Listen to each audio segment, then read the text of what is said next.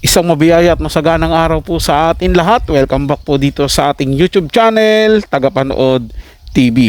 Lantaran na, Jillian Ward, tuluyan na ang pag-amin kay Eman Bacosa Pacquiao. Ayan po yung ating bibigyan ng comment, reaction, opinion sa araw na ito. Pero bago po tayo magpatuloy, nais ko lang po kayong imbitahan, lalong-lalo na po sa mga bago lang dito sa ating channel at hindi pa nakakapag-subscribe, na huwag yung po sana kalimutan na mag-subscribe at hit ang notification bell para lagi po kayong updated sa mga bagong video na ilalabas natin. Isang like, share, subscribe mga tagapanood. Sobrang laking bagay po niyan dito sa ating channel at libre lang ang mag-subscribe. Huwag po kayong matakot, kaya naman subscribe na. Simulan na po natin ang ating reaction video sa araw na to mga tagapanood. Let's do this! Jillian Ward, tuluyan na ang ginawang pag-amin sa kanila ni Eman Pacquiao. Malakas ang usapan ngayon sa inaabangang bagong project ni Jillian Ward na The Clash din sa kanyang mother network na GMA7. Madami rin kasi ang curious kung ano nga ba ang magiging kaganapan at kung paano ang style ni Jillian bilang isang judge.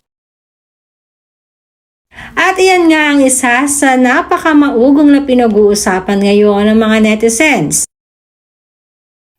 At marami din ang nag-aabang ng concert ni Jillian Ward. Hindi naman kasi maikakaila kung gaano ka-talented itong si Jillian, na bukod sa pag-acting ay napakahusay din sa kanyang pagsasayaw at lalo na sa pagkanta. Bulong-bulungan din ng mga netizens ang mga magiging guest ni Jillian sa kanyang concert. Isa nga sa mga lumalabas ay ang pangalan ni Eman Pacquiao, na madami ang talagang umaasa at nag-aabang dito. Bagay na pahapiyaw din ni Eman ang kanyang magiging partisipasyon sa nasabing production number. Bagamat ito ay hindi pa masyadong isisiwalat ngayon, ay mukhang magkakasama-sama ang mga boys na nalilink kay Jillian Ward. Kaya naman tahasan ng pag-amin na ginawa ni Jillian sa totoong nararamdaman nito kay Eman. Ayon kasi sa aming source, aminado naman si Jillian na sobrang espesyal ni Eman sa kanya at sa kanyang pamilya. At kung meron man di umano siyang maituturing na genuine relationship, ay isa ang kanilang relasyon ni Eman sa mga nakakasama niya sa showbiz industry. Aba, matindi yun mga tagapanood pag natuloy yung concert na yun, tapos lahat ng mga nalilink kay Jillian Ward ay dadalo doon, tapos doon niya ihahayag kung sino yung kanyang karelasyon na o napili niyang maging boyfriend o boyfriend niya na talaga.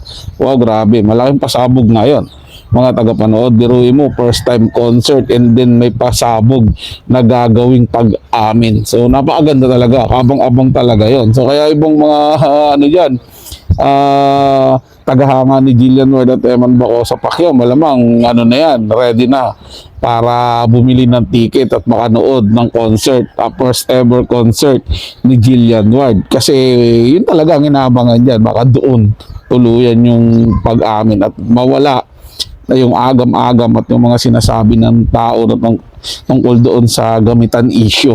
Well, wala naman kasi talagang gamitan mga tagapanood, dahil unang-una hindi mo naman pwedeng gamitin si Jillian Ward para sumikat ka.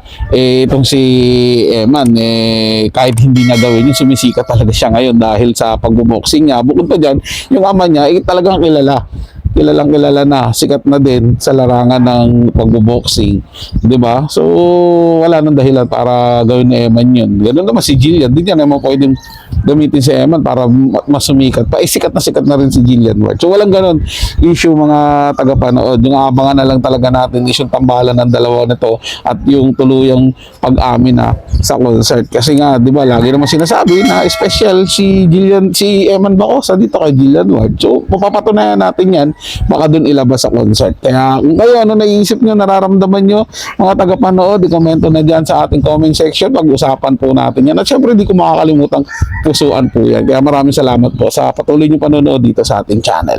Sino lang po mga tagapanood, ito ay comment at opinion lamang, wala pong personalan. Paalam po at mabuhay po kayong lahat. Maraming salamat po sa inyong panonood.